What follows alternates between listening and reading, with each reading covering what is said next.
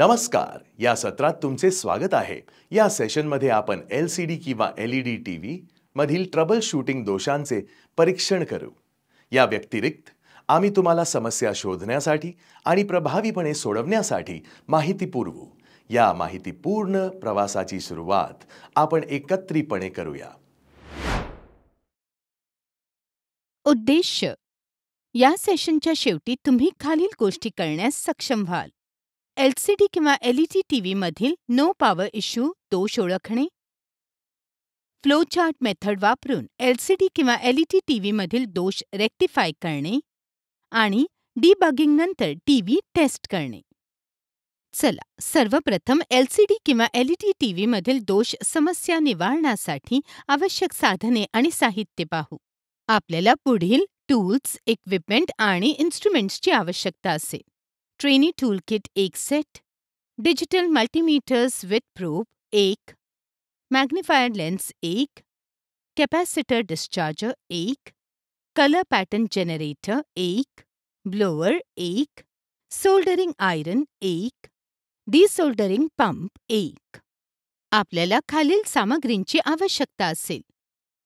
Electrostatic discharge sheet 1, soft cloth 2, HDMI cable 2, RCA cable 3RCA 3RCA 1 set, optical cable SPDIF 1 number, coaxial cable 2RCA 2RCA 1 set, cleaning brush 1, IPA cleaning solution 1 bottle, fuse 1. प्रथम दोष ओळखण्यासाठी LCD किंवा LED TV taste करूया. टीव्हीच्या trouble शूटिंगसाठी आवश्यक असलेली सर्व साधने आणि सामग्री तयार ठेवा. टेलिव्हिजन टेस्टिंग टेबलवर ठेवून सुरुवात करा. आता टेलिव्हिजनला पॉवर देण्यासाठी रिमोट कंट्रोल वापरा. रिमोट कंट्रोल वापरून टीव्ही स्विच ऑन करा. नंतर फॅक्टरी रिसेट रिमोट वापरून विविध पॅटर्न्स तपासा. LED इंडिकेटरसाठी टीव्हीच्या फ्रंट पॅनलचे निरीक्षण करा. जर ते प्रकाशित होत नसेल तर हे सुनिश्चित करते की टेलिव्हिजनला पॉवर प्राप्त होत नाही. आता टेलिव्हिजनचे ओरखडे किंवा नुकसान होण्यापासून संरक्षण करण्यासाठी रिपेल टेबलवर एक मऊ, खरखरीत नसलेले कापड ठेवून सुरुवात करा. त्यानंतर अंतर्गत कॉम्पोनंट्समध्ये प्रवेश करण्यासाठी चरणांसह पुढे जा. सर्वप्रथम सुनिश्चित करा की टीव्ही बंद आहे आणि सर्व ऊर्जा स्रोतांपासून डिस्कनेक्ट केला आहे. सर्व कनेक्टेड केबल्स काळजीपूर्वक काढा. आता बॅक पॅनल कव्हरवर लक्ष केंद्रित करा. सर्व स्क्रू ओळखा जे त्याला सुरक्षित जागी ठेवतात. योग्य स्क्रू ड्रायव्हरने प्रत्येक स्क्रू पद्धतशीरपणे अनस्क्रू करा. त्यांना त्यानंतर रिअसेंब्लीसाठी सुरक्षितपणे साठवून ठेवा. सर्व स्क्रूज काढल्यानंतर हळूवारपणे बॅक पॅनल प्रज्वलित करा. इथे एक सेफ्टी टिप दिली आहे. कोणत्याही अंतर्गत कॉम्पोनंट्सला किंवा केसिंगला स्वतःलाच नुकसान टाळण्यासाठी हे हळूवारपणे करावे असा सल्ला दिला जातो. आता पुढे आपण ट्रबल शूटिंग कार्यपद्धती पाहूया. बॅक कव्हर काढून टाकल्यानंतर आपण आता LCD किंवा LED टीव्हीच्या विविध अंतर्गत सेक्शन्सचे निरीक्षण करू शकतो. Power supply board, main board आणि कनेक्शन केबल्ससह अंतर्गत कॉम्पोनंट्सचे लेआउट आणि स्थिती दृश्य स्वरूपात तपासण्यासाठी एक क्षण घ्या. पद्धतशीर समस्या निवारण्यासाठी आमचे मार्गदर्शक म्हणून प्रदान केलेल्या फ्लो चार्टचा संदर्भ घ्या. मल्टीमीटरला कंटिन्युटी मोडवर सेट करा. कॉर्डला प्लग इन करा आणि प्रत्येक टोकाला असलेल्या एका प्रोबला स्पर्श करा. बीपाईका किंवा लो रेझिस्टन्ससाठी तपासा. हे कॉर्डच्या योग्य फंक्शनॅलिटीचे संकेत देते. आपली सुरुवातीची टेस्ट पुष्टी करते की पॉवर कॉर्ड कार्यरत आहे, ज्याद्वारे पुढील ट्रबल शूटिंग चरणांसाठी एक भक्कम पाया घातला जातो.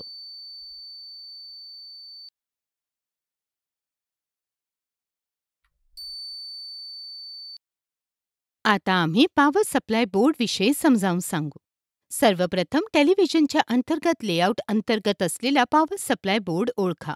तुम्ही त्यांना कॅपॅसिटर्स, इंडक्टर्स आणि कनेक्टर्सच्या अरेद्वारे ओळखू शकता.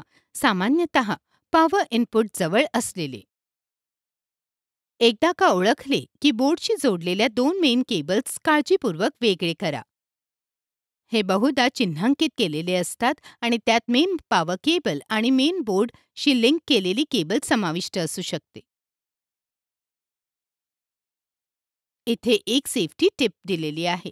कोणतेही नुकसान टाळण्यासाठी तुम्ही ती हळूवारपणे डिस्कनेक्ट करत असल्याचे सुनिश्चित करा. फुल्ली चार्ज कॅपॅसिटरमुळे बोर्ड सावधपणे हाताळा. कॅपॅसिटर सुरक्षितपणे डिस्चार्ज करण्यासाठी डिस्चार्जिंग लॅम्पपासून असलेल्या केबल्स काळजीपूर्वक कनेक्ट करून डिस्चार्जिंग टूल वापरा. या बाबतीत फ्यूज कार्यरत असल्याने कॅपॅसिटर चार्ज होणार नाही आणि लॅम्प ऑफ पोझिशनमध्ये राहतो. पण जर फ्यूज ब्लो झाला नाही तर कॅपॅसिटर चार्ज होतो आणि नंतर कॅपॅसिटर डिस्चार्ज झाला की लॅम्प लागतो. पुढे आपण फ्यूज तपासू. पॉवर सप्लाय बोर्डवर फ्यूज लोकेट करून सुरुवात करा. हा सामान्यतः लहान दंडगोलाकार कॉम्पोनंट असतो. बहुतेक वेळा ग्लास किंवा सेरामिक दोन्ही टोकांना मेटल कॅप्स असतात. फ्यूज टेस्ट करण्यासाठी आपण कंटिन्युटी मोडवर सेट केलेला मल्टीमीटर वापरणार आहोत. हे सेटिंग फ्यूजमध्ये कंटिन्युअस इलेक्ट्रिकल पाथ आहे की नाही हे निर्धारित करण्यात मदत करते. फ्यूजच्या दोन्ही टोकांना मल्टीमीटर प्रोब्स जोडा. कार्य करणाऱ्या फ्यूजमध्ये कंटिन्युटी दर्शविणाऱ्या बीपिंग साऊंडसोबत मल्टीमीटरने 1 ते 0 असा बदल नोंदवला पाहिजे. तथापि आपल्या परिस्थितीमध्ये जर मल्टीमीटरने कोणत्याही आवाजाशिवाय 1 डिस्प्ले करणे सुरूच ठेवल्यास ते फ्यूज अंतर्गत सर्किटमध्ये ब्रेक असल्याचे दर्शवते.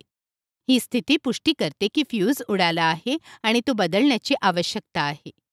फ्यूज बदलायला सुरुवात करण्यासाठी प्रथम आपल्याला तो बोर्डमधून काळजीपूर्वक काढून टाकणे आवश्यक आहे.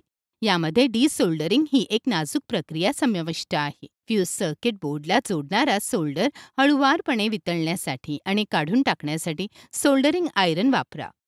इथे एक सुरक्षा टिप दिलेली आहे. तुम्ही उष्णता, जवळपासच्या घटकांना नुकसान होऊ नये या दृष्टीने अचूकतेने देत आहात याची खात्री करा. एकदा का सोल्डर काढून टाकले की तुम्ही जुना फ्यूज त्याच्या जागेवरून उचलू शकता.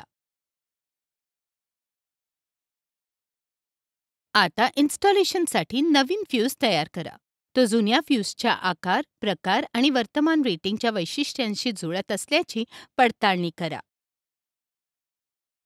नवीन फ्यूज सर्किट पॅचसोबत योग्य संरेखन सुनिश्चित कसून बोर्डवर व्यवस्थित रीतीने ठेवा.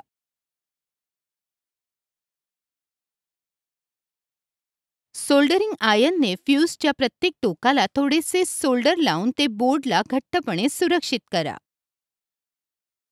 चांगली इलेक्ट्रिकल कनेक्टिव्हिटी सुनिश्चित करण्यासाठी आणि पुढे जाऊन अपयश येऊ नये यासाठी स्वच्छ सोल्डर जॉईंट तयार होईल याची खात्री करा. आता मल्टीमीटर वापरून पॉवर सप्लाय बोर्ड काम करत आहे का ते तपासूया. त्यासाठी मॅग्निफाईंग ग्लास भिंग वापरून LCD किंवा LED टीव्हीकडे जाणाऱ्या केबलच्या कनेक्टर जवळील वर्णन तपासा. निर्दिष्ट केलेले व्होल्टेज हे टीव्हीसाठी असलेल्या आवश्यक वैशिष्ट्यांशी जुळत असल्याची खात्री करा. तपासले असता केबलच्या शेवटी समान व्होल्टेज दिसले पाहिजे. AC सॉकेट, LCD किंवा LED टीव्हीच्या पॉवर सप्लाय बोर्डला कनेक्ट करा आणि पॉवर इट ऑन. योग्य कार्यक्षमता सुनिश्चित करण्यासाठी विविध व्होल्टेजेस काळजीपूर्वक शोधा आणि तपासा. व्होल्टेज मोडमध्ये मल्टीमीटर वापरून पॉवर सप्लाय बोर्डच्या प्रत्येक टर्मिनलवर प्रोब्स ठेवा आणि काळजीपूर्वक रीडिंग्स रेकॉर्ड करा. जर एखादे टर्मिनल 0 जवळील व्होल्टेज रीडिंग दाखवत असेल तर ते पॉवर सप्लाय बोर्ड बदलण्याची गरज सूचित करते. पॉवर सप्लाय बोर्ड टेस्टिंगमध्ये केवळ 3.5 व्होल्ट पिन्स अलाइव्ह येतात. पुढे मेन बोर्डची सखोल तपासणी करा. मेन बोर्ड आणि बॅकलाइट केबल्स पॉवर सप्लाय बोर्ड्सला जोडा. नंतर AC सॉकेट पॉवर सप्लायला कनेक्ट करा आणि ते स्विच ऑन करा.